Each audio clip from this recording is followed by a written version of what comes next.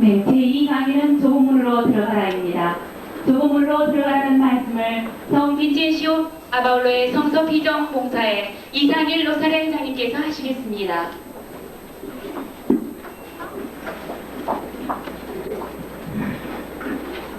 네, 여러분, 진짜 많이 하셨습니까? 네. 보기 싱거웠죠? 김밥이 참 맛있었어요. 그죠? 네. 아직은 우리 봉사자님들이 고생하고 수고해가지고, 네, 맛있었습니다. 근데 여기는 너무 사람이 많기 때문에 반찬을 만들어서 드릴 수가 없어요. 그래서 김밥으로 하는 것이고, 저희 교육관, 봉사의 교육관, 봉사자들 교육관에서 국정할 때는 저희가 음식을 만들고 밥도 그냥 손수 짓고 해서 식사를 대접합니다. 여기서는 어쩔 수 없어요. 렌트충분은 또 저희가 여기서는 못하기 때문에 네, 그렇습니다. 여러분들 맛있게 드실 테니까 참 감사합니다. 네, 좁은 문으로 들어가라.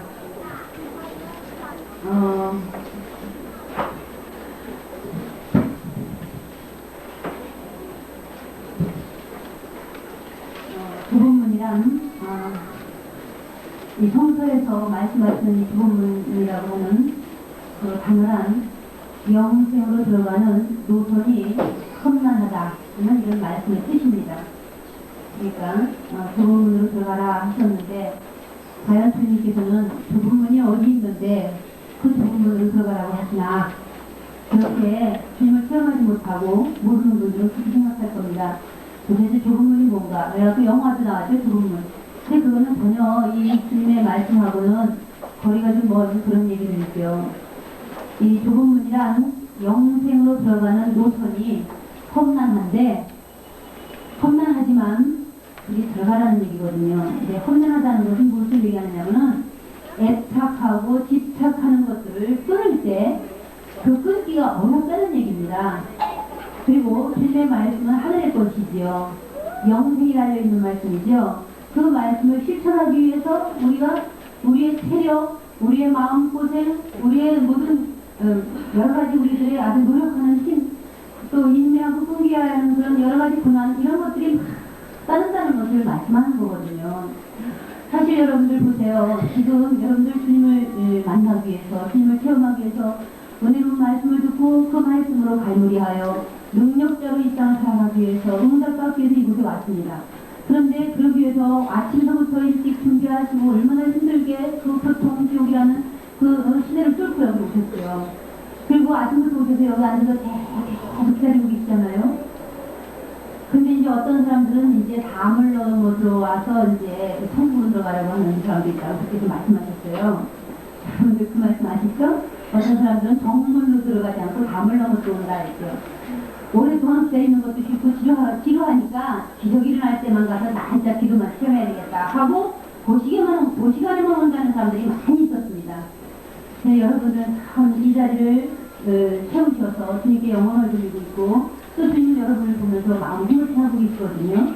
그래서 참 여러분들 주님께서 여러분들을 기억하시고 또 축복하시고 바라는 은총을 다 주시기를 간절히 기원합니다. 네,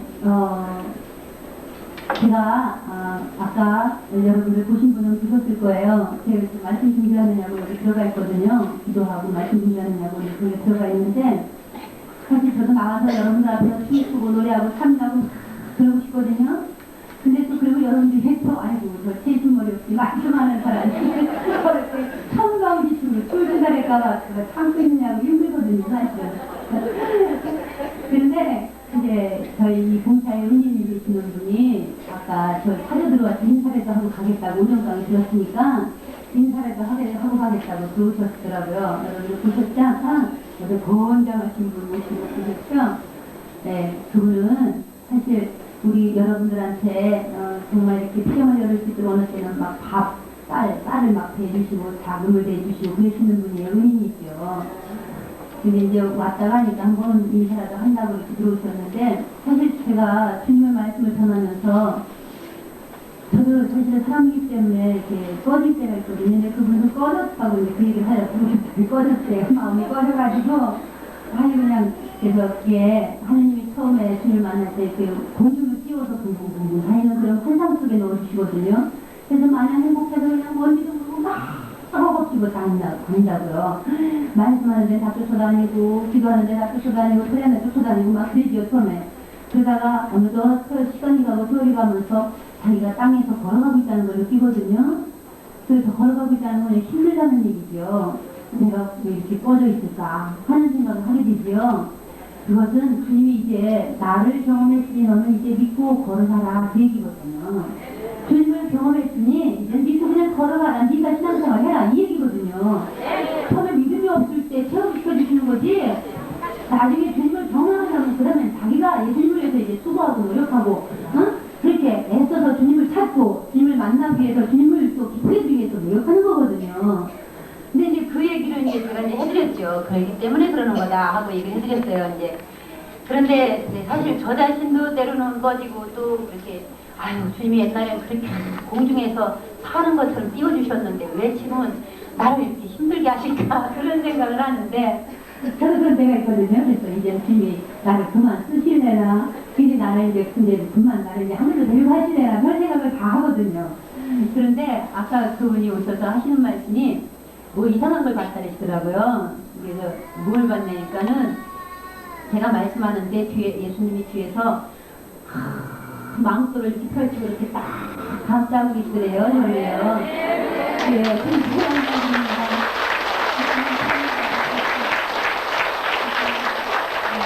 예, 이렇게 그 말씀을 듣고 제가 용기가 생기더라고요. 주님은 나를 위하여 그렇게도 해주시지만은 사실은 이제 제가 말씀하는 힘은 곧 주님께로부터 나온다는 것을 보여주신 것이고 그 다음에 그분의 눈에 그걸 보여주신 것은 이 일을 계속 도우라고 하신 거구나 하고 알았습니다. 복음을 전하는 일을 돕지 않으면은 이 일이 중단되거든요. 사실은요. 우리가 강원도고 전라도고 뭐 경상도고 그냥 안 가는 데 없이 다니면서 이렇게 이런 피정을 열고 있습니다. 대전이고 뭐 대구고 뭐 그냥 부산이고 안 가는 데가 없거든요. 막 돌아다니면서 우리 공사자들 다 그냥 몰려가서 그냥 이렇게 막 장구치고 훅치고 춤추고 막 이렇게 하거든요. 말씀을 그냥 하면서 그렇게 하는데 그 힘이 사실은 주님께로부터 나오죠. 그리고 그렇게 하기까지는 많은 재물이 듭니다. 전도 활동비가 들어요. 전도 자금이 듭니다. 근데 예수님의 머리에 향유를 부었던 막달라나 마리아와 같이 자기가 가장 귀하게 여기는 옥합을 깨지 않는다면은 그렇죠? 자기가 가장 귀하게 여기는 옥합을 깨지 않는다면은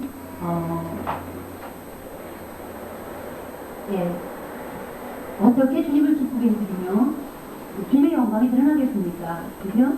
그래서 바로 그런 분들이 옥합을 깨기 때문에 봉사은혜가 계속 유지되는 것이고 또 여러분들이 적게든 크게든 마음으로 내주는 헌금들이 전도자금이 되어서 이런 필요를 낼 수가 있는 거거든요.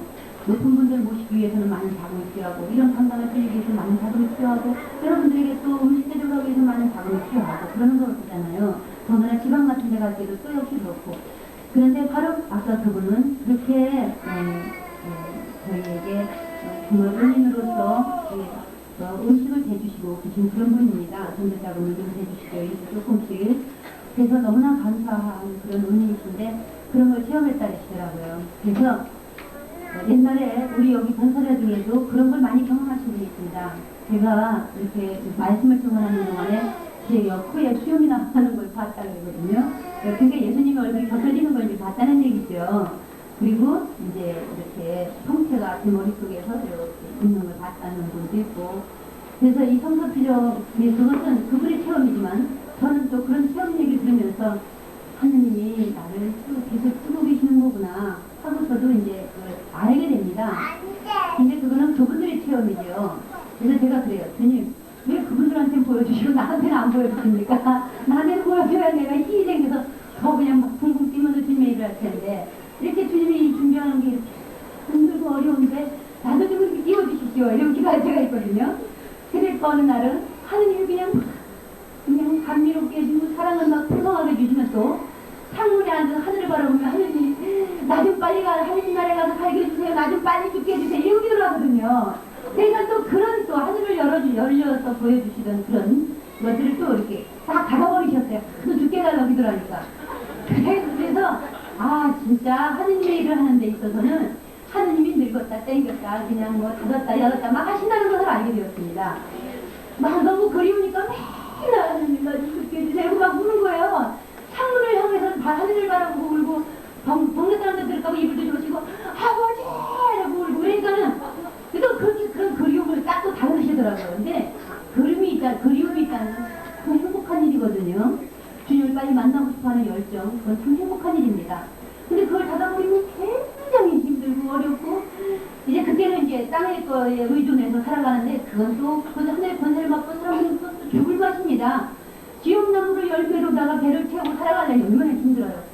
참 좁고 험한 길이거든요. 그래서 이런 것들을 여러 가지를 경험을 하면서 조금으로 들어가는 길은 바로 영생으로 가는 길인데, 하느님의 은혜를 받고 그냥 땅에 떨어뜨려서 걸어가게 하시더라도 걸어가야 하는 것이 우리가 해야 할 일이고, 그죠? 또 주님을 기쁘게 해드리기 위해서 우리가 밤잠을 못 자고 새벽에 일어나서 밥 준비를 하고 국 준비를 하는 그런 공사장님들도 좁은 길이고, 또 그 많은 짐들을 싸질머지고 트럭을 타고 우리 남편하고 같이 여기로 와야 하는 것도 저도 좁은 길이고, 그죠? 참 모두가 아버지 일을 한다는 건 다 좁은 길이더라고요. 좁은 문으로 들어가는 길이더라고요. 근데 많은 사람들이 주님의 말씀을 듣기 싫어하고 기적은 체험하고 싶고 하니까는 뭐잘 아침서부터 가서 고생하냐, 기적 일을 할 때만 가서 기적을 체험하지 하는 아주 담을 넘어 들어오는 사람도 있다는 얘기입니다. 그죠? 여러분 가운데 그런 사람들이 없겠지요? 네. 그래서 좁은 문으로 들어가라는 제가 미리 준비한 거부터 거의 한 달 전부터 이걸 준비하거든요. 그런데도 이 말씀이 너무 맞아떨어지는 겁니다. 여기 이런 상황과 모든 사람들이 하는 일들을 보면서 맞아떨어지더라고요. 이렇게 해서 하나님의 말씀이 우리 안에 살아있다는 것을 알게 되었습니다. 네. 여러분 가운데서 누군가 지금 성취를 보고 계신 분도 계실 것이고, 정말 예수님이 공중에 있는 분 계신 것을 보시는 분도 있을 것이고, 또 아까 오전 강의에서 정말 그렇게 벼락의 교회를 말씀할 때 말씀으로 지혜로 체험하신 분도 계실 것입니다. 또 안수식을 했을 때 안수를 통해서도 또 신명기도를 통해서도 찬양을 통해서도 뭔가를 체험하시고 경험하신 분이 계실 것입니다. 그런 경험이나 체험들은 우리가 하느님 나라에 가는 노선이 너무나 힘들고 어려우니까 힘내라고 용기를 내라고 주시는 거거든요. 근데 어떤 사람들은 그것만 바라고 그것만 쏟아다니는 사람도 있죠. 아니에요. 열왕기상 19장에 보면은요, 엘리야가, 사실 이거 준비하지 않은 말씀인데 계속 말씀 오시거든요. 엘리야가 하느님이 일을 했습니다. 이스라엘 백성들에게 하느님의 말씀을 전하고 그 말씀을 전한 것 때문에 막 이 주기로만 네가 왜 야훼 이름으로 이 땅에 비가 오지 않게 그렇게 예언을 했느냐. 그래갖고 비가 3년 동안 안 왔거든요. 그래서 막 주기력을 쫓아다니거든요. 그래서 3년 동안 숨어 살다가 이제 하느님께서 가서 그를 만나라. 그래서 왕을 만나고 이스라엘 백성을 다 모아놓고 야훼 제단을 쌓고 바알 제단 사제들과 대결을 하게 되는데 응답하는 하느님이 진짜 하느님이다 하고 이제 싸움을 겁니다. 기도로 이제 싸움을 하는 거죠. 그래서 그쪽에서 먼저 기도를 했는데 그쪽에 아무 응답이 없었습니다. 근데 야훼 제단을 쌓고 야훼께 기도한 엘리야 예언자에게는 하늘에서 불이 내려와 제단을 살랐습니다. 그렇게 기적이 일어나고 나서 엘리야는 그 왕비가 너 우리 예언자들을 죽였으니까 이제 바알을 믿고 우상을 섬기는 사제들을 죽였으니까 너는 내 손에 꼭 죽는다 하고 협박을 하고 이렇게 선포를 했기 때문에 엘리야는 두려워서 도망칠 수밖에 없었어요. 그것이 바로 좁은 길이죠. 그래서 도망을 가는데 어디로 가느냐? 갈 데가 없죠. 다 잡아 놓으려고 하니까. 그래서 하느님의 산 호렙으로 도망을 칩니다. 그래서 도망치는 그 길이 호렙산으로 들어가는 그 길이 너무나 멀고 험난했죠. 배고프고 먹을 것도 없었고 쉴 곳도 없었습니다. 그래서 가시나무 덤불 밑에 누워가지고 하느님 나를 죽여주소서 야훼여 나를 죽여주소서 하고 기도할 수밖에 없었죠. 그만큼 죽음을 그리워할 만큼 좁고 험한 길입니다. 아버지 일을 한다는 것이. 그런데도 그 일을 목숨을 내걸고 목숨이 끊어지는 날까지 그 일을 한다는 것은 충성입니다. 그보다는 사실입니다. 그래서 그렇게 엘리야가 그렇게 가는데 죽여달라고 기도했을 때 하늘에서 천사를 보내시어 양식을 도와주거든요. 먹을 양식을 갖다 주더라는 얘기입니다. 천사의 역할을 하는 거. 지금 이 시대에도 많은 분들이 아버지를 위해서 자기 주머니를 풀어서 정말 괴물을 갖춰주고 음식을 갖다 갖춰주고 함으로써 아버지 일이 성사되게 하는 분들이 많이 있죠. 근데 바로 엘리야에게는 천사가 돌에 달군 불에 구른 빵을 갖다 떡을 주면서 물하고 주면서 먹어라. 이걸 먹어야, 이걸 먹고 힘을 내야 아버지의 산으로, 호렙산으로 도달할 것이 아니냐. 가는 길이 고되다 하면서 주시면 하느님을 찾아가는 길은 고되고 험난하다는 얘기입니다. 그래서 이렇게 좁고 험한 길이지만 우리가 그 길을 통과하지 않고는, 그 길로 나가지 않고는 정말 아버지께 나갈 수가 없거든요. 힘들고 어렵지만, 우리가 어려운 길이지만 신앙생활이 정말 이렇게 좁고 험하다는 것을 기억하시면서 그대로 밀고 나가시기를 바랍니다.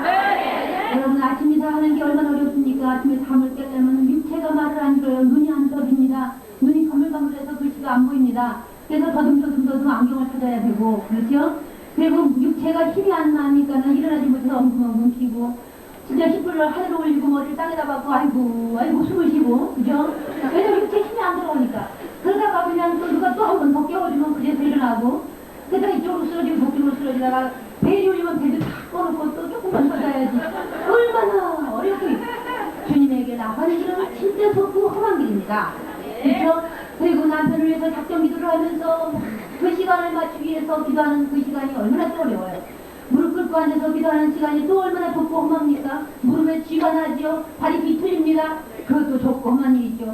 그래서 날마다 새벽미사 가는 일도 좁고 험한 일이고, 또 봉사하기 위해서는 집안일도 제껴놓고 막 새벽부터 쫓아와서 일을 하면서 주님의 일을 해야만 주님의 백성들이 맛있는 음식과 말씀을 먹죠. 그것도 좁은 일이죠. 그죠? 좁은 길 좁은 문입니다. 그러나 이런 과정들을 다 우리가 밀고 나갈 때 아버지 나라에 들어갈 수 있다는 얘기입니다.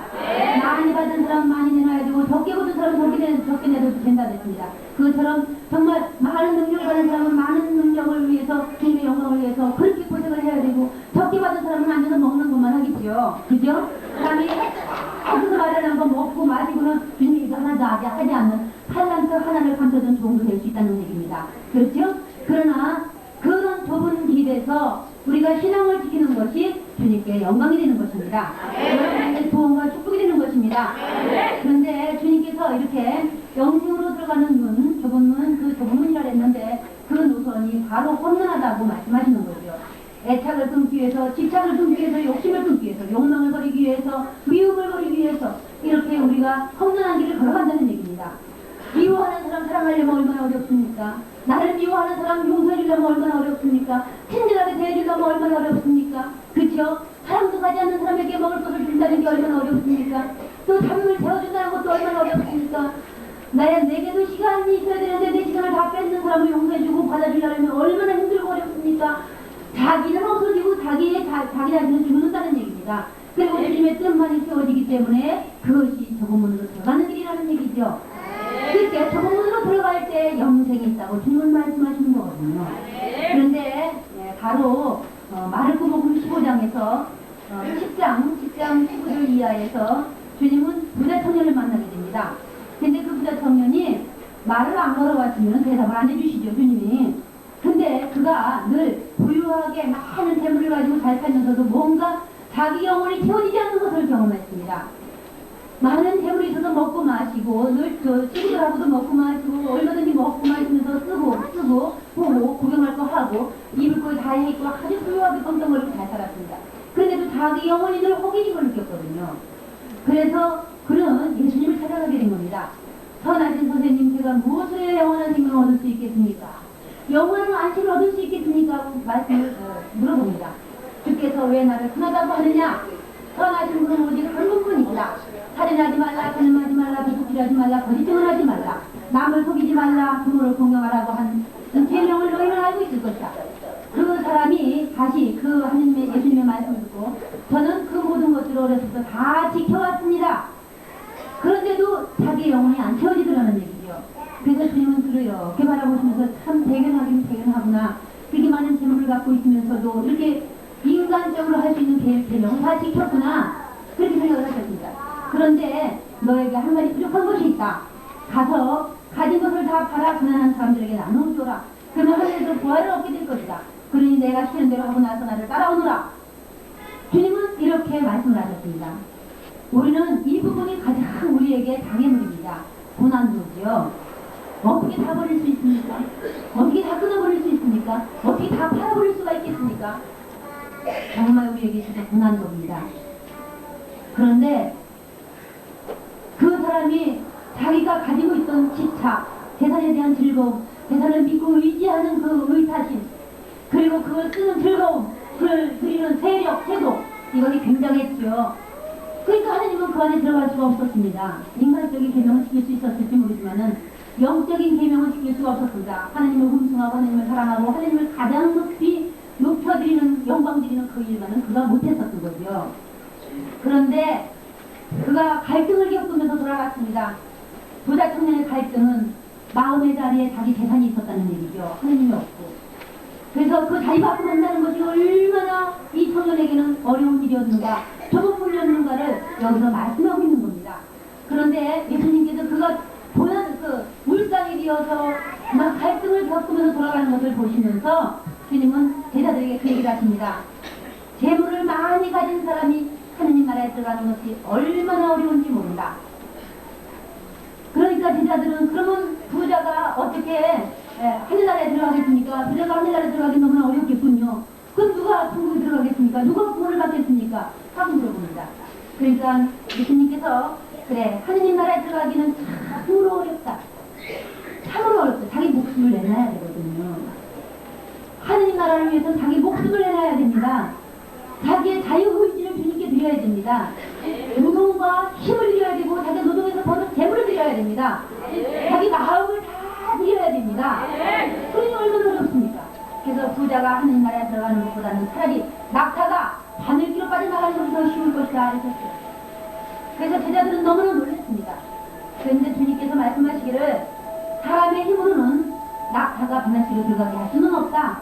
그러나 하느님은 낙타를 흐물흐물하게 녹여서, 그죠? 물처럼 흐물흐물하게 녹여서 바늘기로 빠져나가게 할 수 있다. 그걸 알려주세요. 여러분이 세상에 집착에 있고 미움에 빠져 있다 하더라도, 또 욕심에 가득 채워져 있다 하더라도, 이기심에 가득 채워져 있다 하더라도 말씀을 듣고 성령이 내 안에 들어오실 때 그 성령에 의해서 우리가 노골노골하게 물이 된다는 얘기입니다. 물이 돼요. 그러면 여러분들 천국 어렵죠? 우리가 주님을 위해서 그렇게 어렵죠. 그것이 기뻐지거든요. 기뻐지니까 으쌰으쌰 하면서 주님이 기대는 겁니다.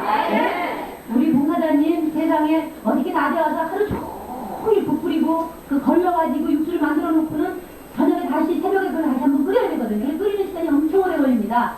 매트럼 동안 이렇게 해갖고 오니까. 그래서 밤에 또 그러더니 갔다가도 저녁에 막 으쌰으쌰 오셨더라고요. 그랬더니 새벽에 또 그냥 2시에 일어나서 그걸 막 끓이면서 머리 감고 또 준비를 하시더라고요. 이렇게 하고는 저를 또 깨우는 거예요.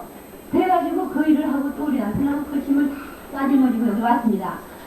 근데 옛날에는 참 그렇게 하는 일, 그렇게 주님의 일을 하면서 백성들이 점점 이렇게 주님 말씀 듣는 것을 소리하더라고요. 그 자리가 줄고 또 우리가 하고 있는 이 일에 교구에서 하는 일이 이렇게 겹쳐질 때 사람들이 그쪽으로 다 몰려가고 여기는 자리가 비더라고요. 한 3분의 1 정도. 그럴 때 저희가 뭘 느꼈느냐면은 우리를 이렇게 마음을 다해서 사심없이 백성들에게 말씀을 먹이기 위해서 우리 시간이 준비해가지고 또 말씀을 준비하기 위해서는 그때는 막 하루씩 금식하면서 이 말씀을 준비했습니다. 그래서 그 말씀의 능력이 백성들에게 내려가도록 그렇게 하면서 말씀을 통해가지고 말씀을 준비해가지고 오면은, 그리고 구일기도를 봉사자들이 내면서 구일기도를 하고 또 금식하는 봉사자들도 또 많고 이렇게 하면서 이걸 준비했는데, 그리고는 또 거지 부부마냥 그냥 짐을 거지 같은 거 싸들면지고 오면은 또 수경이 다 봐요. 새벽에 왜 이거 이렇게 짐 싣고 짐 타고 가느냐고. 이렇게 그거 무서워서 보고 그래서 여기 와서 말씀 전하려고 오는데 그게 조금문이죠. 그런데 그렇게 백성들이 안 보면 실망하고 낙담하고. 그래서 우리는 꼭 거지 부부 품바 부부 같다 생각하는 것 같습니다. 그래서 이렇게 하면서 준비를 하고 있습니다. 그런데 바로 주님은 이렇게 노골노골하게 만들어 놓고 마음이 기뻐지게 하고 마음에 생기를 주고 용기를 주면은 이렇게 낙타 같은 우리들도 정말 바늘기처럼 적은 분이라 이거죠. 주님의 일하는 것이 그렇게 힘든데도 그게 빠져나갈 수 있다는 얘기입니다. 그래서 구원받을 사람이 어디 있겠는가 하지만은 사실은 하느님께서는 하실 수 있다 하고 말씀하셨어요. 하나님은 무슨 일이든지 할 수 있다는 얘기입니다. 여러분들이 찬양으로 성령이 충만해지고 말씀으로 지혜가 충만해지고 그래서 주님이 느껴지고 믿어질 때 여러분 안에 기적이 그냥 일어납니다. 그냥 기적이 일어납니다. 여러분이 준비한 만큼 일어나는 겁니다. 진짜 영광이 됩니다.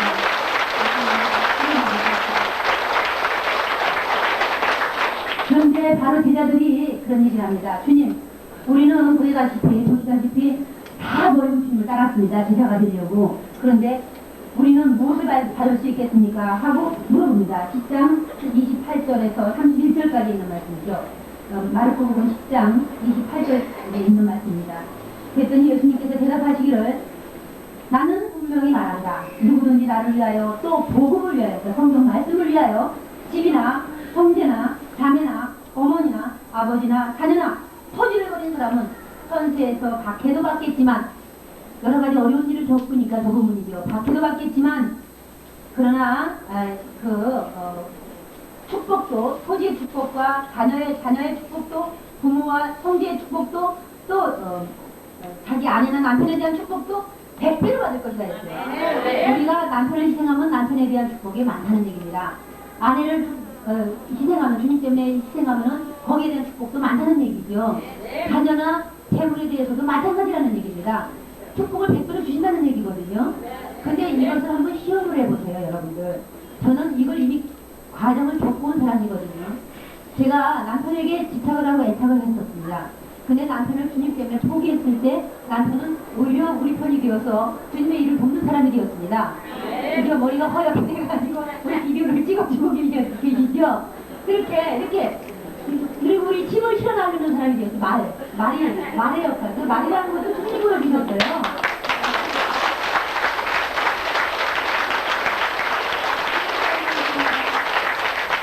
인생 변화 시켜주시고 이런 기적을 행하신 분은 주님이시거든요. 주님이 우리 남편을 말이라고 보여주시는데 어느 날 제가 이제 지방에 못 가게 된 일이 있었습니다. 우리 남편이 사업 때문에. 그런데 뭘로 보여주시냐면은 하얀 100마리 흙탕물 이렇게 이제 흙탕물이 바로 우리 옛날에 호남화물 했었는데 화물이더라고요. 화물. 그쪽에 이렇게 흙탕물 둥벙이 있더라고요. 둥벙이 있는데 사업장인데 그 사업장이 물인데 거기에 하얀 말이 몇 가지 채워가지고 꼼짝을 못하게 서 있더라고요. 그래서 무슨 일이 있으려나 했더니 나중에 저희 남편이 지방을 못 가는 일이 있더라고요. 전도가는데. 그래서 그걸 보니까 우리 말 역할을 하고 계신 분이에요. 근데 남편에 대해서 집착을 끊었을 때 남편은 주님의 일을 해주는 사람이었거든요. 그리고 저희가 재물에 대해서 제가 집착을 끊었을 때 오히려 제가 끊은 것보다 더 많이 주님은 우리 가정 안에 남편 사업을 축복하셔서 부유하게 해주셨습니다. 그래서 그걸 가지고 이제 조금 주님의 일을 하는데 이용을 하고 있죠. 이제 그 자리에다가 조금 이렇게 피정을 열고 있습니다. 이렇게 조그마한 강당을 지어가지고 봉사자들 교육을 하고 있거든요. 그렇게 음식을 좀 만들어 갖고 올 수 있는 부엌도 거기에 있고 그렇게 그래서 이렇게 그것이 참 좁고 험한 문이지만은 그러나 주님을 위해서 할 수 있는 힘은 바로 주님이 주시는 거거든요. 그런데 그렇게 조금 희생했는데 많은 걸 축복을 해주셨어요. 100배를 주셨습니다.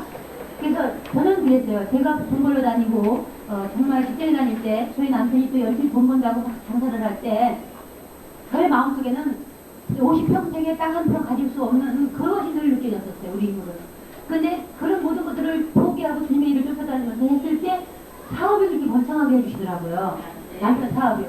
그래서 그것도 또 역시 많은 기도가 들어갔지만요. 기도를 주님 안에서 주님의 일을 하면서 계속 기도를 올렸습니다. 그런 남편에 대해 축복해달라고. 하나님의 일을 제가 할 테니까 하나님 우리 남편에게 축복해 주십시오. 나는 직장을 버리고 주님의 일만 하겠습니다. 평생으로 죽기까지 주님의 일에 못 바치겠습니다. 그래서 우리 남편을 통해서 축복이 들어오게 해주십시오. 이렇게 기도했습니다. 근데 정말 그것을 이루어 주셨거든요. 100배 축복이란 정말 있을 수 있는 일이더라고요. 자녀들도 마찬가지고요. 그래서 하느님은 부자 받은 나라에 못 들어간다고 하신 말씀은 하느님을 제끼어놓고 그 자리에다가 재물에 대한 집착과 재물에 대한 의존과 그죠? 재물을 믿고 사랑하고 재물을 예배하고 그것만을 위해서 사는 것을 얘기하는 거거든요. 그런 사람이 성경에 못 간다는 얘기입니다. 그래서 야고보서에서는 야고보서 5장에서는 이런 말씀을 하십니다. 부자에 대한 경고가 있어요. 이거 예수님의 말씀을 근거로 해서 야고보 사도가 기록하신 것입니다. 이번에는 부자들에게 한마디 하겠습니다. 당신들에게 닥쳐올 비참한 일들을 생각하며 울고 통곡하십시오. 당신들의 재물은 썩었고 그 많은 옷가지들은 좀이 먹었습니다. 좀 먹어버렸습니다. 당신들의 금과 은은 녹이 들었고 그 녹은 장차 당신들을 고발할 증거가 되며 불과 같이 당신들의 살을 살켜버릴 것입니다. 이제 지옥으로 갈 거라는 얘기죠. 왜냐면 하느님의 자리를 바꿔버렸기 때문에 하느님의 말씀을 밖으로 내쫓고 재물을 가슴에다가 마음에다가 가득 집어넣고 있기 때문에 그렇다는 얘기예요. 근데 재물이 많아도 마음에 주님만 있으면은 그 사람은 구원을 받습니다. 재물을 이용하거든요. 주님을 위해서, 신앙생활을 위해서 이용하거든요. 그러니까는 그는 구원을 받습니다. 그래서 아까 하나님만을 하실 수 있다 그 말씀이거든요. 그런데 자리바꿈을 안 해놓으면 그 사람 구원이 없어요. 자리바꿈을 반드시 해야 됩니다. 재물이 내 손에 있다 하더라도 마음은 주님으로 가득 차 있어야 된다는 얘기죠. 네. 그래서 당신들은 이와 같이 말세도 재물을 쌓았습니다. 잘 들으시오. 당신들은 당신들의 밭에서 곡식을 거두어들인 일꾼에게 품값을 주지 않고 가르쳤습니다.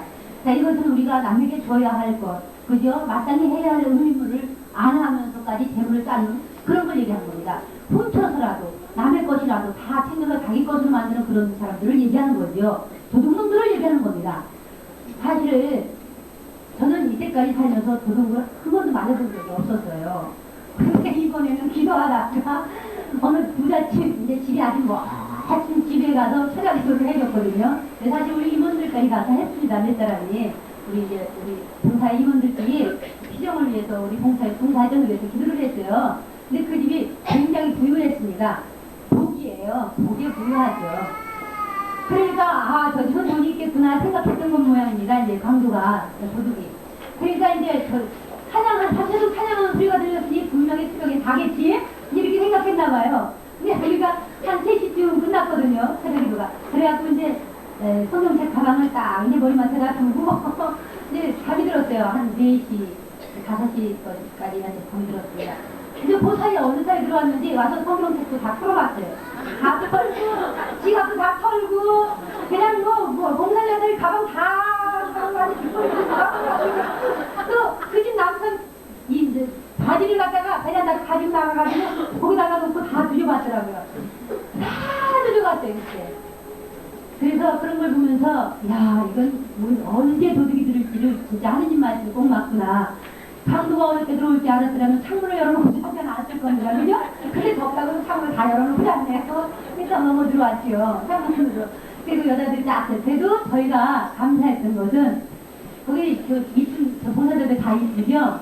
봉사자들이 나를 합니다. 그러는데 허스라니 머리카락 하나도 안 가지고 그냥 갔다는 거지. 너무나 감사한 거죠.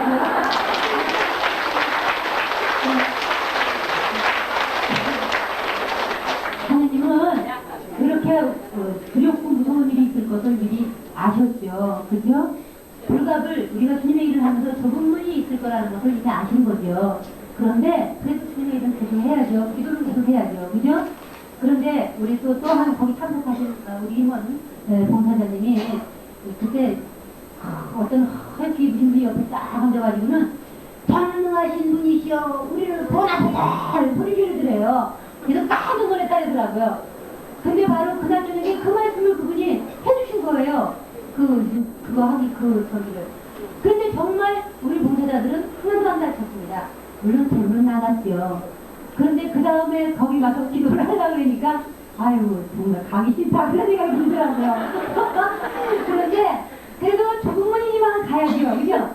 기도를 해야 되니까 또 거기서 기도를 하고 있습니다. 이렇게 하느님의 일을 하는데 여러 가지 많은 장애물들이 있어요.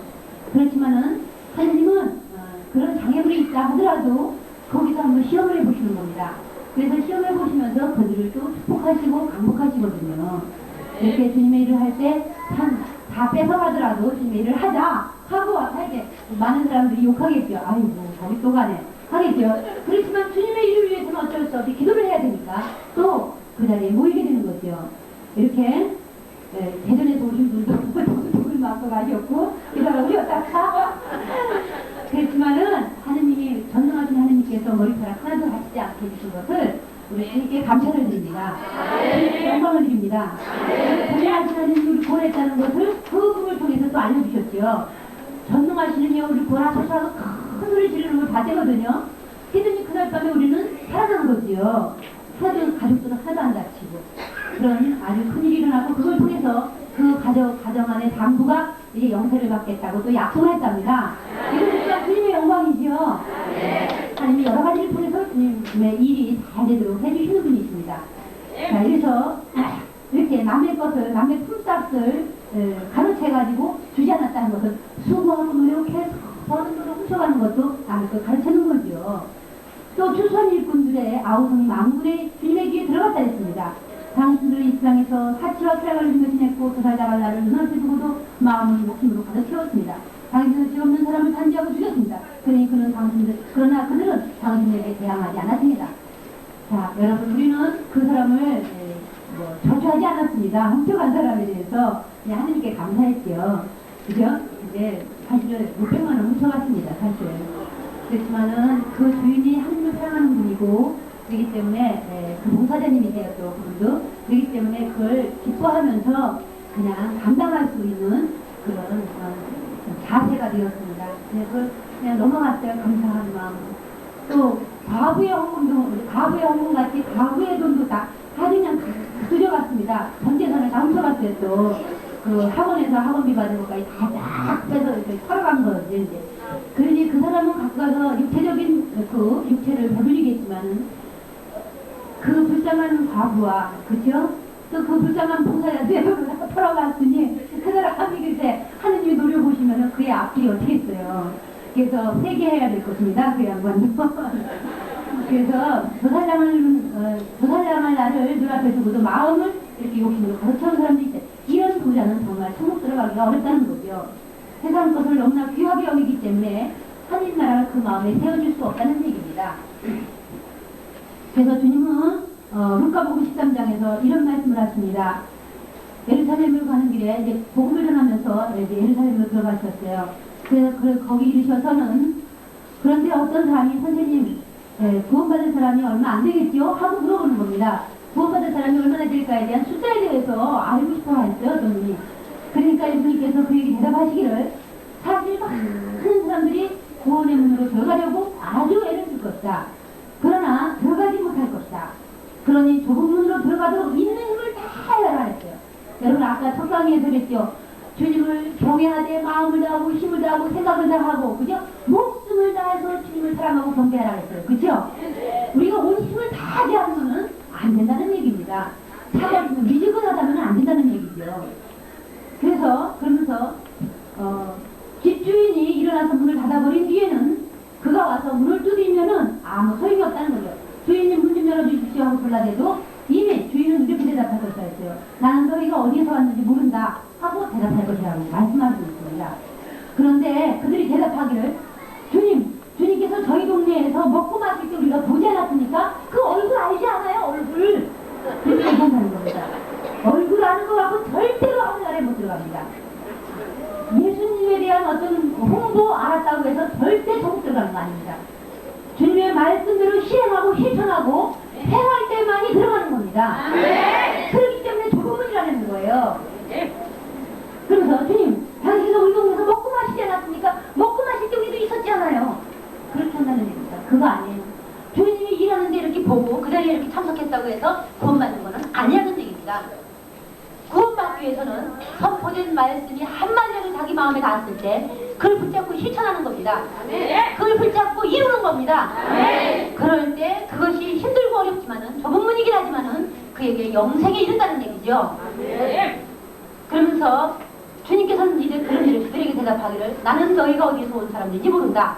악을 쌓는 자들아 모두 물러가라 하고 대답할 것이라 했어요. 아브라함과 이삭과 야곱과 모든 예언자들은 다 하나님 나라에 들어와서 있는데 너희만은 밖에 쫓겨나 있는 것을 보게 될 것이다. 그리고 거기서 가슴을 치며 통곡할 것이다. 그러나 사방에서 많은 사람들이 모여들어 하나님 나라의 잔치에 참석할 것이다. 지금은 꼴찌이지만 첫째가 되고 지금은 첫째이지만 꼴찌가 될 사람들이 있을 것이다. 그랬어요. 주님께서 그 동네에 오셨었다고 해서 그분을 그때 거기서 전도하는 걸 봤다고 해서 구원받는 건 아니라는 얘기입니다. 우리도 마찬가지예요. 피성에 참석했다고 해서 다 구원이 되는 건 아니라는 얘기죠. 참석해서 말씀을 받아들이고 말씀대로 실행했을 때 그것이 우리에게 구원을 가져다 준다는 그런 말씀인 겁니다. 그래서 아까 몰래 진짜 기적이나 일어날 때 와야 되겠다 하는 사람들이요. 그거 다음 넘어 들어오는 사람들이나 다름없다는 얘기죠. 그래서 주님은 13장 44절에서 이 말씀을 하십니다. 하늘나라는 밭에 묻혀있는 보물에 비교시켰어요. 그 보물을 찾아낸 사람은 그것을 다시 묻어두고 가서 기뻐하면서 돌아가서 있는 것을 다 팔아 그 밭을 판단했습니다. 있는 것을 다 판다는 것은 우리가 다 버리는 것으로 알지만은 사실은 그렇지 않습니다. 다만 이용하고 선용하는 겁니다. 주님의 영광을 위해서, 많은 사람이 구원받기 위해서, 또 우리 장부나 우리 자녀들이 구원받기 위해서 그걸 이용하고 선용하는 거라는 거죠. 있는 것을 가지고 선용하라는 얘기입니다. 버리면은 우리가 어디 가서 살겠어요? 그죠? 가지고 있는 것을 가지고 주님 나라를 도우라는 얘기입니다. 주님의 일을 도우라는 얘기입니다. 주님의 일을 좀 하라는 얘기입니다.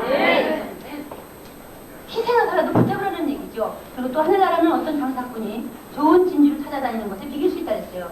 그는 값진 진주를 하나 발견하면 돌아갈 수 있는 것을 다 팔아 그 진주를 산다 했습니다. 진주는 바로 하나님의 말씀이거든요. 말씀은 보화보다도 더 값진 것입니다.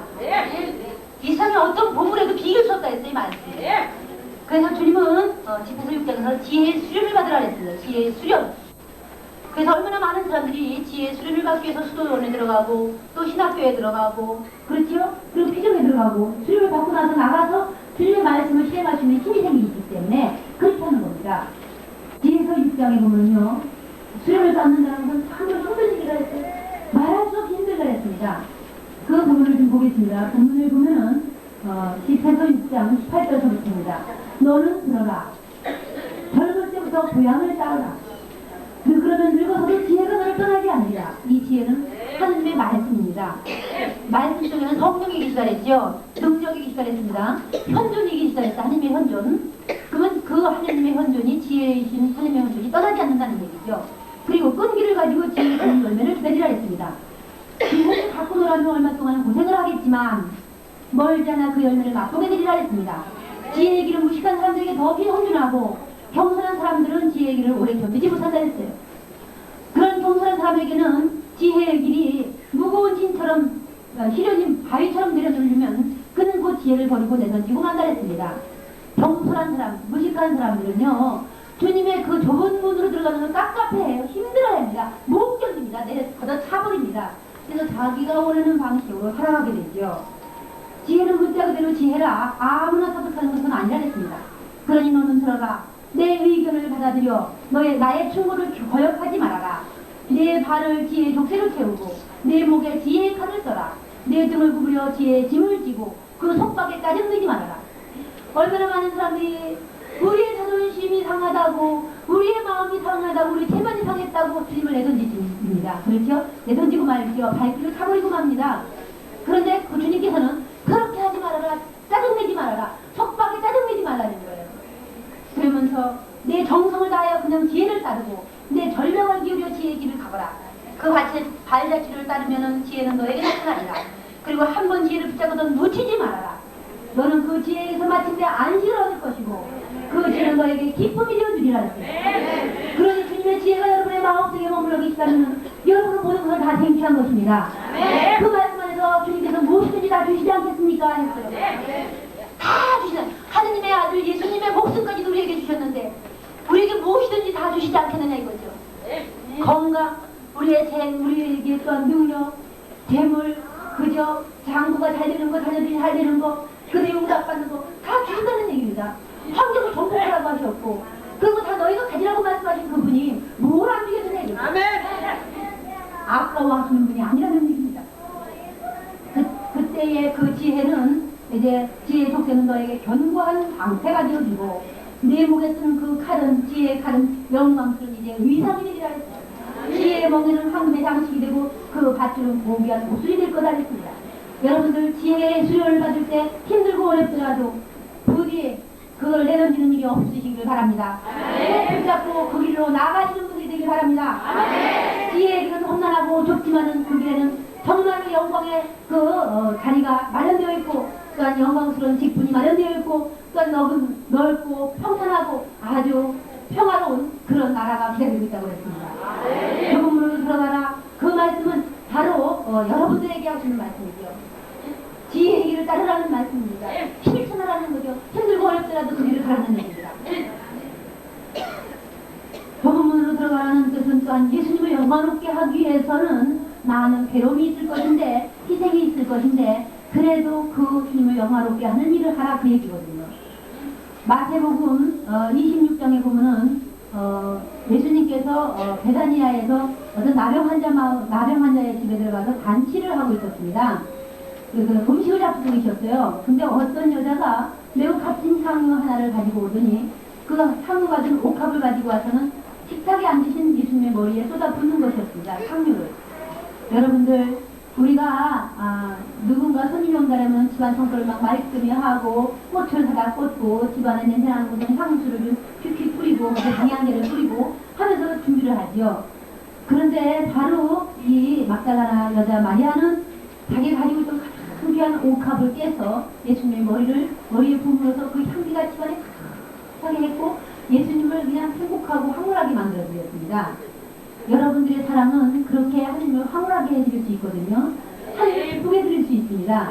우리가 인색하지만 않는다면, 노력에, 고생에, 희생에 인색하지만 않는다면 그 희생이 하나님께 부어드리는 아주 재물이 됩니다. 하나님을 기쁘게 해드리죠. 네. 그런데 이렇게 할 때 옆에서 분개하는 사람들이 있죠. 반대하는 사람들이 있습니다. 주님의 일을 그렇게 할 때 분노하고 반대하고 욕하고 헐뜯고 막 시기하고 질투하는 사람들이 있습니다. 왜냐면 그것은 자기가 욕심이 생겨서 그러는 거거든요.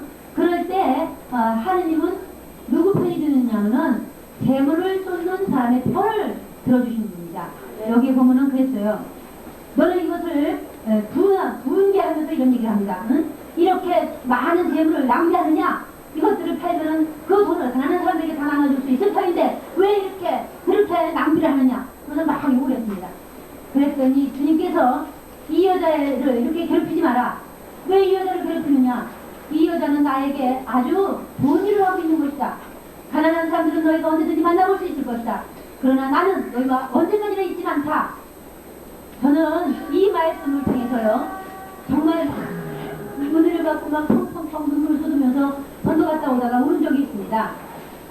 이제 전도 여행을 가면은요, 사실은 2박 3일, 3박 4일을 합니다. 그러면 그곳에 있는 나 혼자 마을 같은 데 가면은 그분들 다 모아놓고 밥을 먹이고 막 음식잔치를 베풀고 이런 피정을 하거든요. 그런데 참 너무 힘듭니다. 근데다가 여러분들은 너무나 좋아서 말씀을 들으려고 애를 쓰지요. 그거는 찬양하려면 이래요. 참 이러고 있습니다. 웃으면서 기가 막히다는 거. 무슨 저런 노래를 하냐? 뭘 박수를 치냐? 이러는 거예요. 그러니까 저희도 그냥 힘이 쫙 빠지죠. 그래서 이제 아이고 저 밥이 아까워서 어떡하나. 아우 저 과일 사서 먹인 것도 아까워서 어떡하나. 아니 말씀을 먹어야지 진짜 영생을 얻는데 응? 먹으면 전부 대변으로 나갈 그 음식만을 좋아하고 그러면은 그 세상에 나는 말씀을 먹고 주님을 사랑하는 사람이 되라고 이렇게 음식을 먹이는 건데 어쩌면 세상에 저 사람들 찬양하기도 싫어하고 응? 뭐 저러냐 하고 이러고 얼굴을 가리고 있고 그래? 응? 우리가 뭐 괜히 뭐 돈이 어디서 흙파서 하는 거 쏟아붓는 줄 아나? 이런 마음이 생기는 겁니다. 그러니까 이제 아이고 저 돈 아까워서 세상에 그 돈을 가진 것도 다른 데서 더 좋은 사람들에게 말씀을 할 수 있을 텐데 근데 이렇게 생각을 했던 겁니다. 그래가지고 이제 마음이 상해가지고 이제 들어와 있었어요. 근데 마지막에는 이제 이분들이 그냥 너무나 3박 4일 동안 이렇게 다 깨진 거예요. 눈을 익었죠. 이제 딱딱한 마음이 이제 손으로 해서 이제 낙타만한 사람들이 이제 밤늦게 들어가는 작은 사람들인 거예요. 덕분한 사람들인 겁니다. 그래가지고 막 울고 난리가 난 거예요. 이제 그때는. 그러니까 이제 가면 언제 옵니까? 이러고 막. 이제 완전히 180도로 바뀐 거죠. 그러니까 우리도 이제 그분들로 보기가 마음이 안쓰러워갖고 이제 나중에 전화하시면 우리가 또 올게요. 이러고 이제 돌아오거든요. 이제 돌아오면서 이렇게 앉아서 이제 주님을 찬미하면서 이제 먼 여행길에 이제 찬미를 계속해야 지루하지 않죠. 그리고 운전하시는 분이 또 돌면 안 되니까 좀 찬미를 하고 오거든요. 차 안에서. 근데 찬양이 다 떨어졌습니다. 알고 있는 찬양이 다 떨어졌어요. 그래서 아우 이제 예수님 찬양 다 했는데 어떻게 하면 좋죠? 예수님이 나한테 꼭 듣고 싶은 찬양이 있으십니까? 이렇게 물어봤어요. 근데 유다와 마리아 그러시는 거예요. 그래서 이제 그 찬양을 이제 제가 좀 하는데 그때 깨우쳐 주시는 겁니다.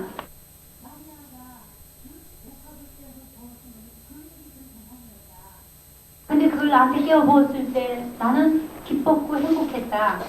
근데 그걸 반대하고 미워하는 사람이 있었는데 네가 바로 전에 그때 음식 먹는 거를 아까워했다. 세상에 그렇게 깨우쳐 주시는 거예요. 그래서 예수님 용서해 이러면서 울었어요. 그러면서 네가 전도를 위해서 말씀 전하기 위해서 음식을 준비하는 그 돈은 나에게 쏟아붓는 향유다 하는 겁니다. 그래서 그 깨달았기 돌아왔어요. 전도길에서. 그러면서 주님 여기 이 피정열기에서 300, 400 들어갑니다. 근데 사실은 그거를 준비할 때마다 그리고 한숨이 타고 아이고 예수님 나는 이렇게 고생을 하는데 그러면서 내가 왜 이렇게 고생을 하면서 이렇게 저를 투자하면서 해야 되나 막 이런 생각을 하거든요. 근데 그게 구체적으로 하지 않지만 뭔가 자꾸 한심이 나오는 거 그런 생각인 것 같습니다. 참 육체라는 것이 깨우침을 받고도 또 그 짓을 또 하고 깨우침을 받고도 또 그 짓을 또 하고 계속 되는 거예요. 그래서 이렇게 해서 하느님께 바치는 제물이 바로 주님께 쏟아붓는 향유라는 것을 알려주셨어요. 근데 그 제물을 쏟아붓는 건 정말 좁은 일이더라고요. 좁은 문이더라고요. 제물을 바친다는 건 좁은 문이더라고요. 미사 갈 때 저는 맨날 1,000원씩밖에 못 냈습니다. 그죠? 1,000원씩. 그것도 그냥 되도록이 먹고 500원짜리 받았네. 바꿔서 양쪽을 환불해고. 그리고 그것이 조금 늘어서 2,000원이 됐었죠, 이제. 그래서 이제 또 2,000원 있으면 이제 2,000원 있으면 4,000원. 아이고, 4,000원이나 들어갔네. 그래서 그때부터 이제 기도를 시작했어요. 주님, 나도 미사 때 좀 사람들처럼 돈 많이 나게 해주세요. 저도 5,000원짜리 내고 10,000원짜리 내게 해주세요. 이런 기도를 많이 했습니다. 그랬더니 마음으로 하려고만 하면 되는 거더라고요. 지금은 이제 사람 돈 안 내면은 이제 아이고 주님께서 제 주머니 사정을 보시는 것 같아가지고 그래서 이제 사람 별 준비를 하거든요. 그래서 미사 예물을 냅니다. 미사 헌금을 냅니다. 기도를 하니까 그것이 되더라고요. 그런 분들을 보면서 부러워했었습니다. 그래서 주님의 일은 부러워하면 이루어집니다. 주님의 일은 부러워하면 이루어집니다. 네.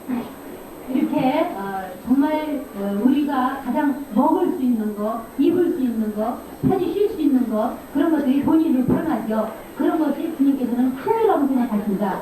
우리가 아까워하고 애끼는 것들이기 때문에 이것을 주님의 전도 사업을 위해서 사용할 때 하느님 주님을 영화롭게 하는 향유라고 말씀하셨어요.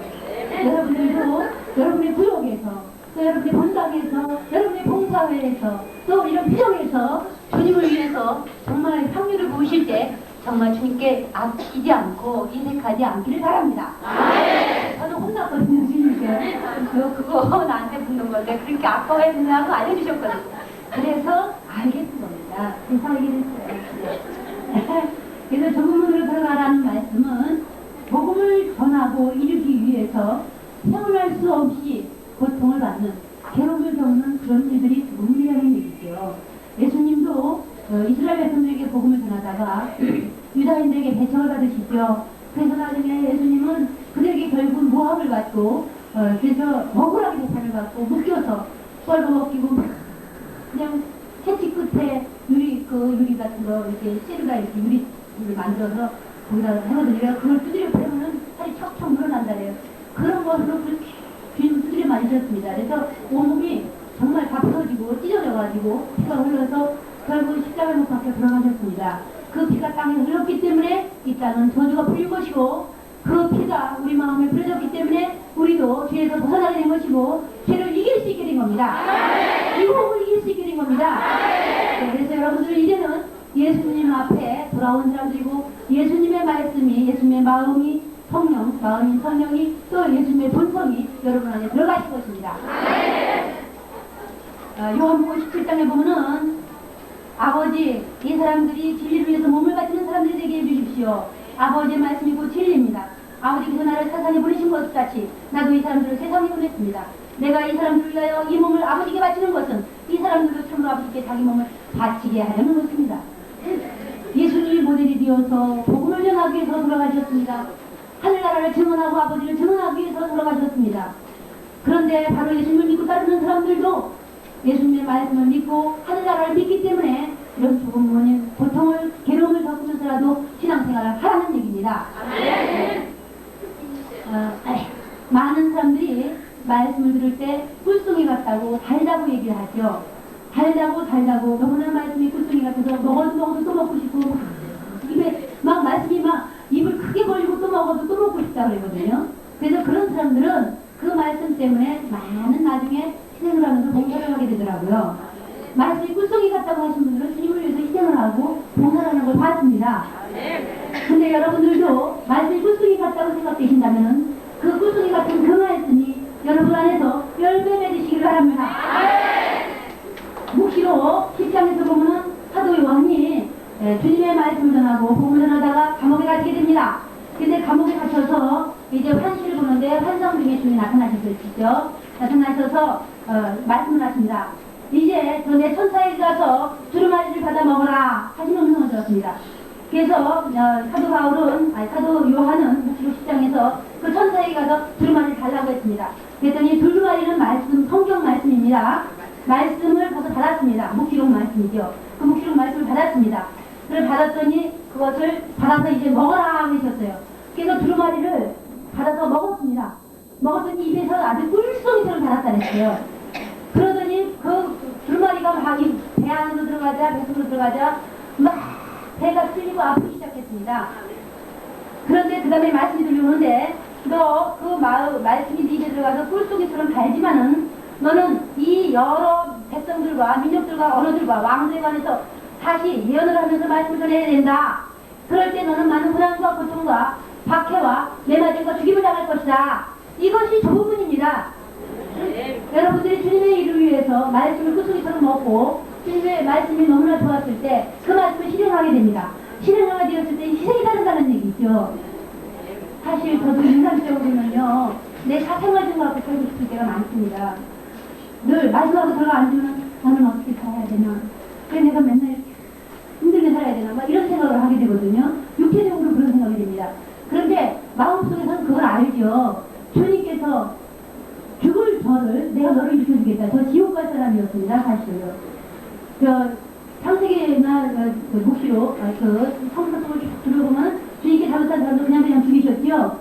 저는 100번을 죽을 사람이었습니다. 냉담을 하고 나서 밥 먹듯이 주일미사를 거냈고 주일미사 한 번 거라는 것은 사형이죠. 그런 거하고 똑같은 겁니다. 그거 대죄입니다. 첫째 계명이거든요. 하느님을 홍승하는 일이거든요. 첫째 계명. 그거는 뭐 밥 먹듯이 했고 뭐 남 미워하는 거 뭐 거짓말하는 거 말도 못했죠. 그냥 죽을 사람, 그냥 지옥 갈 사람이었습니다. 얼마나 못된 생각들을 좀 많이 하고 살아요. 그런데 제가 구원받기 위해서 마지막 작정기도를 좀 죽게 하기로 했습니다. 21일 금기도를 하면서 살려주십시오. 주님 나 육적으로 죽고 영적으로 살게 해주십시오 하는 기도를 했습니다. 성령 승리를 받고 나서 그랬는데 주님께서 정말로 저희 집에 오셔서 저에게 그러시고 새로운 옷을 입고 뒷산을 입고 오셨더라고요. 오셔서는 제가 이렇게 성경을 보다가 잠깐 이렇게 기도를 하다가 잠깐 깜빡 잠들었습니다. 엎드려서 깜빡 보는데 옆에 와 계시더라고요. 계시더니 내가 이제 너를 일으켜주리라 그러시는 거예요. 그래서 6장, 요한복음 6장이요. 그 책을 읽어보라 하시더라고요. 그래서 처음에는 420절을 읽어보라 그래요. 그래서 펼쳐보라 그러더라고요. 공동체 성가지. 보니까 요한복음 6장이었습니다. 생명의 양식이 나에게로. 그래서 그걸 펼쳐보니까 거기에 요한복음 6장에 생명의 빵이 있었습니다. 그래서 그거 보니까 당신의 살과 피를 먹고 당신의 피로 계약을 맺은 사람들은 영원히 살려주겠다는 얘기더라고요. 그래서 저는 구원받았다는 확신이 들었고 그때부터 주님의 일을 시작했던 거예요. 지금도 찾아내기 시작했습니다. 그래서 주님의 일을 했거든요. 그런데 많은 아픔과 고통이 있었죠. 주님의 일을 하면서 고발도 당하고 미움도 당하고 그러면서도 끝까지 참고 견디었습니다. 그것이 복음이었습니다. 그러면서 마태복음 10장 26절에서는 그러니 두려워하지 말아라. 그러므로 그런 사람들을 두려워하지 말아라. 감추인 것은 드러나게 마련이고 비밀은 알려지게 마련이다. 내가 어두운 데서 말하는 것을 너는 밝은 데서 말하고 귀가 되고 속삭이는 말을 지붕 위에서 외쳐라. 그리고 육신은 죽여도 영혼은 죽이지 못하는 사람들을 두려워하지 말고 영혼과 육신을 아울러 지옥에 던져서 멸망시킬 수 있는 분을 두려워하여라. 참새 2마리가 단돈 한 입에 팔리지 않느냐. 그러나 그런 참새 한 마리도 너희의 하느님이자 너희의 아버지께서 허락하시지 않는다면 땅에 떨어지지 않을 것이다. 하느님께서는 이렇게 하느님만을 두려워하고 섬길 때 우리의 생명도 구원시켜주시고 위험 중에서 구해주신다는 거죠. 그래서 전도 생활을 하면서 참 얼마나 많이 사고가 나서 불편한 일도 있었고 그렇게 강도를 만났고 그러니까 도시의 위험, 강도의 위험, 그죠? 문화의 위험, 종족의 위험, 또 유다인의 위험, 같은 가짜교의 위험, 같은 교회의 위험, 많은 위험이 있었다니까요.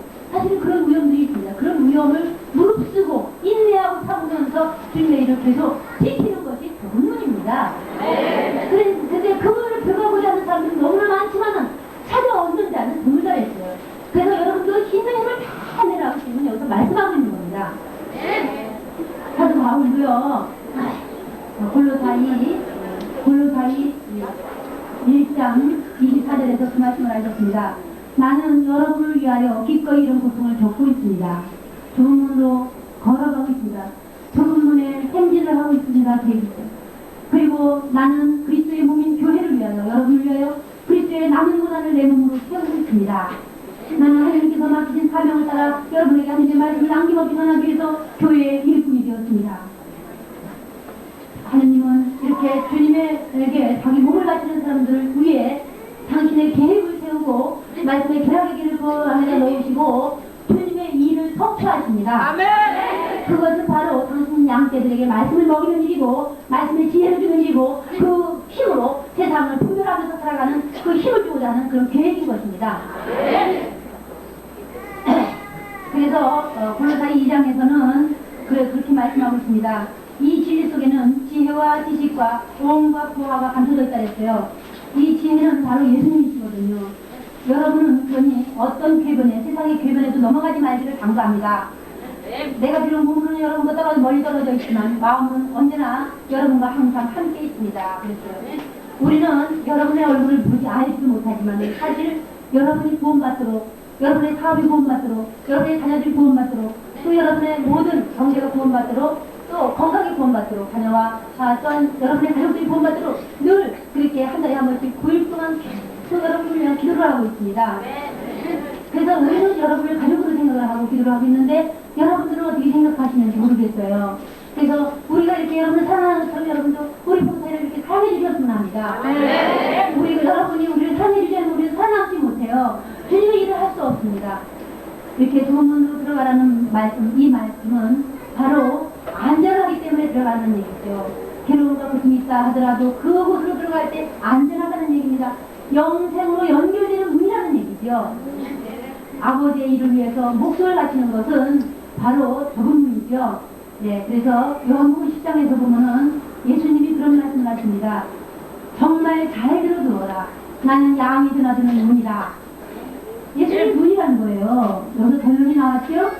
예수님은 어떤 분이십니까? 고난을 만신창이로 당하신 분이에요. 고통을 만신창이로 당하신 분이에요. 참기를 죽기까지 하신 분이에요. 그리고 주님의 말씀, 주님 하나님의 뜻을 이루기 위해서 죽기까지 하신 분이에요.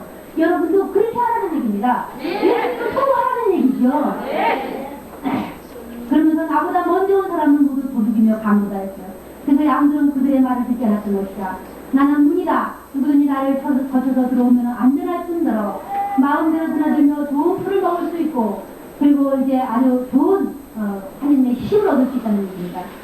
도둑은 다만 양을 훔쳐다가 죽여서 없애려고 오지만 나는 양들이 생명을 얻고 더더 풍성하게 하려고 왔다. 그러니 나는 길이요 진리요 생명이다. 그러니 나를 거쳐서 들어오너라 했었어요. 내가 한 대로 살아라 했어요. 아니면 예수님이 하신 말씀대로 지켜라 했습니다. 그것이 좁은 문입니다. 이제 마지막으로 이제 이 말씀으로 이 오전 강의, 오후 강의 말씀을 마칩니다. 이제 조금 있으면 이제 우리 고마리아님이 오셔서 여러분들에게 치유 증언을 해주실 것입니다. 치유의 증언을 해주실 거예요. 치유 증언하시고 치유기도를 하실 텐데 그때 여러분 가시지 말고 잠잠히 계시기 바랍니다. 그리고 우리 신부님이 또한 미션을 하실 것입니다. 네, 그래서 좁은 문으로 들어가라는 마지막 말씀은 하느님의 의가 여러분의 안에 이루어지도록 힘써서 노력하는 겁니다. 먼저 하느님의 뜻이 이루어지도록, 먼저 아버지의 일이 이루어지도록, 먼저 아버지의 일이 성취되도록 노력하는 얘기입니다. 그래야만 여러분들이 추구하는 것을 다 덤으로 주신다는 얘기예요.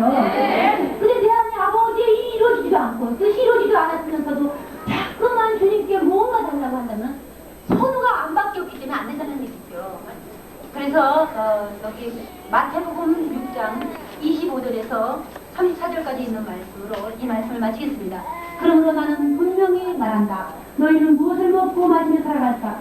또 몸에는 무엇을 걸칠까? 어떻게 하면 건강이 이루어질까? 어떻게 하면 돈을 벌어서 잘 살 수 있을까? 어떻게 하면 내 자식이 정말 승리하고 정말 성공할 수 있을까? 이런 모든 근심 걱정들이요. 우리 남편의 사업이 어떻게 하면 잘 될까? 우리 남편이 어떻게 하면 나만을 사랑할까? 이런 근심 걱정들이요. 그러면서 이런 걱정들을 하지 마라. 목숨이 음식보다 소중하지 않느냐? 또 몸이 옷보다 소중하지 않느냐? 공중의 새들을 구하라. 그것들은 씨를 뿌리거나 거두거나 곳간에 모아들이지 않아도 하늘에 계신 너희 아버지께서 다 먹여주신다. 너희는 새보다 훨씬 귀하지 않느냐. 너희 가운데 누가 걱정한다고 목숨을 한 시간이 더 잃을 수 있겠느냐. 또 너희는 어찌하여 걱정을 하느냐. 뒷곳이 어떻게 살았는지 보아라. 살펴보아라. 그들은 수고하지 않고 깁상도 하지 않는다. 그러나 온갖 영화를 누린 솔로몬도 이 꽃 한 송이만큼 화려하게 차려입지 못하였다. 너희는 어찌하여 그렇게도 믿음이 약하냐. 오늘 피었다가 내일 아궁에 던져질 들꽃도 하나님께서 이처럼 입히시거든. 하물며 너희야 얼마나 더 잘 입히시겠느냐. 그러므로 무엇을 먹을까, 무엇을 마실까, 또 무엇을 입을까 걱정하지 말라. 이런 것들은 모두 믿음이 없는 이방인들이 찾고 구하는 것이다. 하늘에 계신 아버지께서는 이 모든 것이 믿는 자들에게 있어야 할 것을 다 알고 계신다니까요. 너희는 먼저 아버지의 나라와 하나님의 나라와 하나님께서 의롭게 여기시는 것을 먼저 구하라. 이러려고 노력을 하라는 거예요. 이 모든 것들도 다 격지어 받게 될 것이다. 그래서 내일 일은 걱정하지 말라. 내일 걱정은 내일에 맡겨라. 하루의 괴로움은 그날에 겪는 것만으로 속하다했습니다. 여러분들 하나님께서 이렇게 우리가 정말 의로운 아버지의 뜻을 이루길 원하십니다. 뜻이 좁고 험하지만 그걸 먼저 이루라는 거죠. 그걸 주변의 기력은 그냥 따라오는 것입니다. 모든 것을 제쳐놓고 하나님의 일을 먼저 한다면 우리를 괴롭히는 일들도 일어나겠지만은 발생하겠지만은 그러나 굽히지 않고 꾸준히 주의 일을 할 때 바로 하나님께서 거기서 기억을 주시는 겁니다. 응답을 주시는 거죠. 하나님의 뜻과 의가 이루어지게 해주시는 겁니다. 여러분들 부디 오늘 하나님의 그의 뜻과 저분은 이 두 가지를 들었습니다. 이 말씀 속에서 하나님의 지혜가 여러분의 마음 창고에 창고로 넘치기를 바랍니다. 그 마음은 또 피어기를 하기 바랍니다. 피어기를 하기 바랍니다.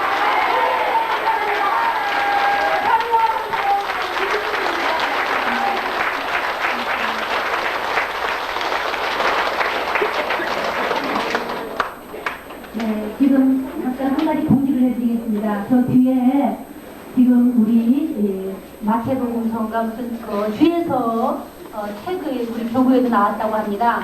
그래서 그거를 성경을 보다가 막히는 부분이 있으면은 그것을 좀 이렇게 찾아서 보면은 우리가 모르는 걸 알 수 있다는 그런 거거든요. 그렇기 때문에 여러분들이 이따가 미사 끝나신 후에 나가시면서 이렇게 뭐 구입하실 분은 구입하시고 또 주문하실 분은 주문하시면 좋겠습니다. 네, 감사합니다.